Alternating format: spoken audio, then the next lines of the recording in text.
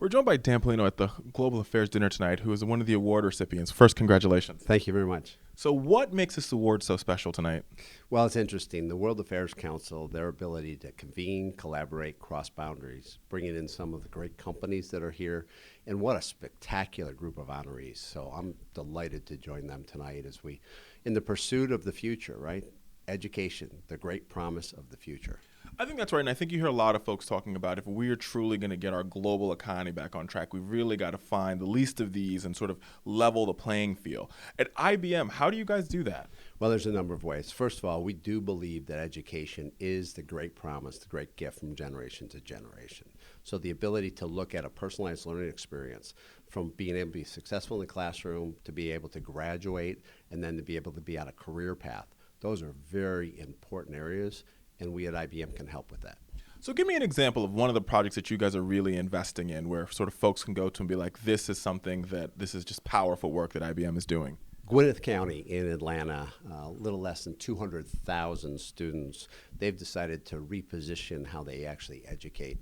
What they're doing is they're combining 12 years of longitudinal data to figure out how students learn and then put students in the right kind of environment. Some students learn by being able to be active and very proactive and want activities. Other students are more bookworms and they want to participate in a different way. And you can see these trends using cognitive capabilities, big data sets, and be able to see how their test scores have been. And then you can tailor programs specifically to the students. Gwinnett County, little less than 200,000 students in Atlanta, Georgia. Great, great example.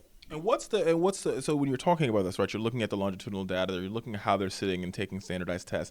Now, how does that change what happens in the classroom for that child? So there's a couple of things. There's more than just standardized tests. So it's the ability to see how they test, be able to pick up early identifiers for things such as calculus, different types of STEM, science, technology, engineering, mathematics focus areas, and to be able to find those not only through standardized tests, but regular tests and activities, because then you can start to tailor, enjoy different games that they would participate in, different groups that they should join to be able to be able to go forward. Those things are more than standardized tests, more about the complete education process, and it goes beyond just a grade level. Now, I think the other question is, right, so take Gwinnett County, for example. I think part of it is, yes, changing how the learning, because not everybody learns by a textbook or by a teacher writing on the board. Right. But two is, how do you guys at IBM work on engaging families? Because families is such a critical part of the learning process.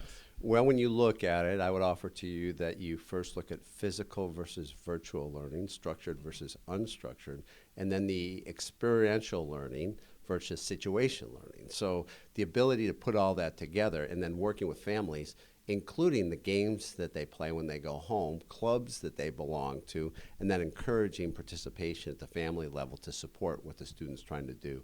Those are very important areas. The student is at school from 8 till 3, and then after that, they've got their homework and different clubs, and if you can start to tie that all in together, well, that's a very powerful way to be able to advance your education.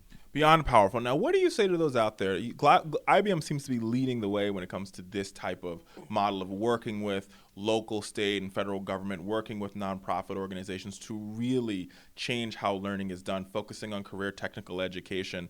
How do other companies sort of, I guess you don't want them to get there where you guys are, but how do they join this fight, right, to make sure that all of our kids are learning? Well, I welcome every other company that's interested in this, first of all. So it is a collaborative opportunity. As I mentioned, the ability to come together and be able to study this and then find the best practices is something that isn't just one company. This is a pursuit of a better tomorrow. So first of all, we welcome everyone that's interested in this. Hey, I get it. So the second. There's no competition in this one.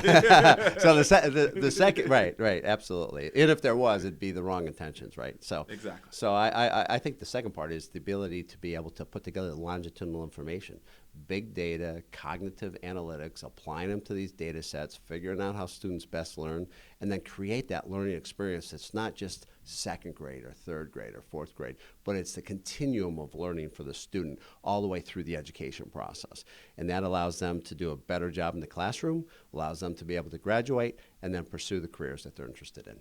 Now, talking about education, right, we saw that Congress not too long ago passed a new Education Secondary Act, the ESSA now. Now, how does IBM sort of fit into that model? How are you guys working with the Department of Education to make sure that they get it right? Because we've seen them make some missteps in the past? Well, I certainly can't control the Department of Education, Nobody but can. what we can do is provide options that support what they're trying to do.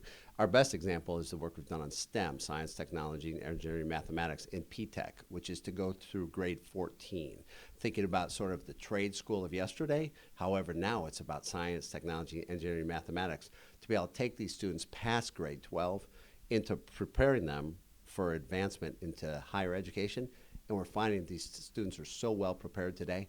Many of them are getting great jobs in technology as soon as they complete the program. That's the PTech program. I love it. And so tonight you guys are getting an award. You're joined with a lot of other groups, including National Geographic. What does it feel like to be on that stage? Well, it's wonderful, and I will tell you that the IBM team is going to be here. I stand representing the award on behalf of them, our clients, and the market that we serve. So I stand on some big shoulders to accept this award tonight. Big shoulders tonight here at the Ritz-Carlton. Congratulations. Thank you very much.